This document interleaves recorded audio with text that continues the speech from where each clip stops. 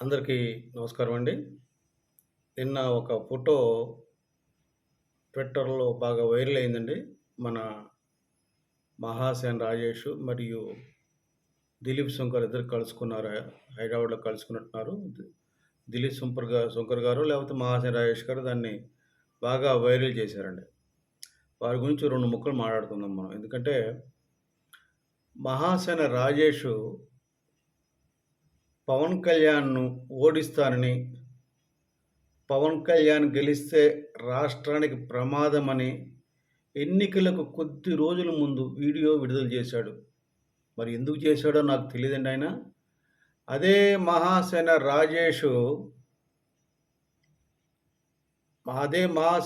మీద పవన్ కళ్యాణ్ గారు రాజేష్ మీద వైసీపీ కార్యకర్తలు దాడి చేస్తే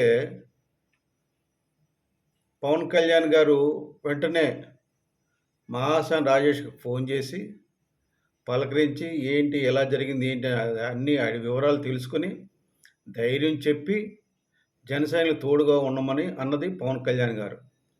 అటువంటి పవన్ కళ్యాణ్ గారిని దాదాపు అంటే అతను ఈ యొక్క గొడవ జరగకముందు కూడా పవన్ కళ్యాణ్ పొగుడుతూ తన ఒక మహాసేన రాజేష్ ఫేస్‌బుక్ ద్వారా గానీ, వీడియోల ద్వారా గానీ పవన్ కళ్యాణ్ పొగుడుతూ వీడియోలు చేశాడు.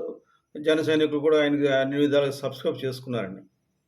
అది ఎందుకు చెప్తున్నా అంటే, పవన్ కళ్యాణ్ గారు దాదాపు 2 సంవత్సరాల పాటు పొగిడి, మహాసేన రాజేష్ మీద వైసీపీ వాళ్ళు దాడి చేస్తే, పవన్ కళ్యాణ్ గారు పలకరించి, మాట్లాడి, జనసేనకు తోడుండమని చెప్పిన అటువంటి పవన్ కళ్యాణ్ గారిని గెలవకూడదు, గెలిస్తే ప్రమాదం ఎలా అలగలిగాడనేది నాకు బాధండి నాకు. ఈ వీడియో అందుకే చేస్తున్నా అండి. అలాగే దిలీప్ శంకర, పవన్ కళ్యాణ్ గెలవడని, జగన్మోహన్ రెడ్డి ఇంద్రుడు, చంద్రుడని, జగన్మోహన్ రెడ్డే గెలవాలని కోరుకుంటున్నానని చెప్పాడు ఎన్నికలకు ముందండి. నేను ఇదే దిలీప్ శంకర నా బాధ ఏంటంటే దిలీప్ శంకర సంవత్సరాల ఒకటి కాదు, 2 కాదండి. సంవత్సరాల తరబడి పవన్ కళ్యాణ్ గారి గురించి గొప్పగా చెప్పి, ఎన్నికల ముందు హఠాత్తుగా జగన్మోహన్ రెడ్డి గొప్పోడని ఎలా అనగలిగాడు? ఎందుకు అన్నాడు? దిలీప్ శంకర్‌కే తెలియాలి. ఎందుకంటే వీళ్ళిద్దరూ కూడా పవన్ కళ్యాణ్ గారిని ఆకాశానికి ఎత్తిన వాళ్ళే. పవన్ కళ్యాణ్ గారిని ఆకాశానికి ఎత్తిన వాళ్ళే.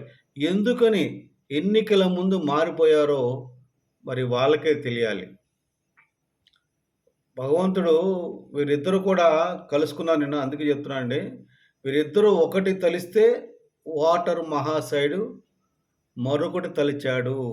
అదే వీళ్ళిద్దరూ కూడా పవన్ కళ్యాణ్ గెలవకూడదు అనుకున్నారు. కానీ ఓటర్ మహాశయుడు తన యొక్క మహత్తరమైన ఓటుని వేసి పవన్ కళ్యాణ్ గారిని అద్భుత విజయం అందించాడు పవన్ కళ్యాణ్ గారికి.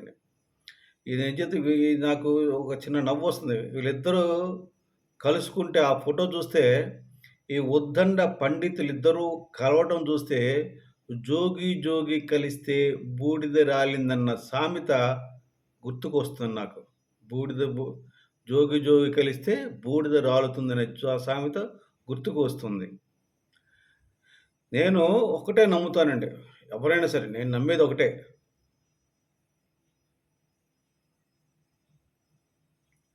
వీళ్ళు పైకి ఒకటి మాట్లాడారు.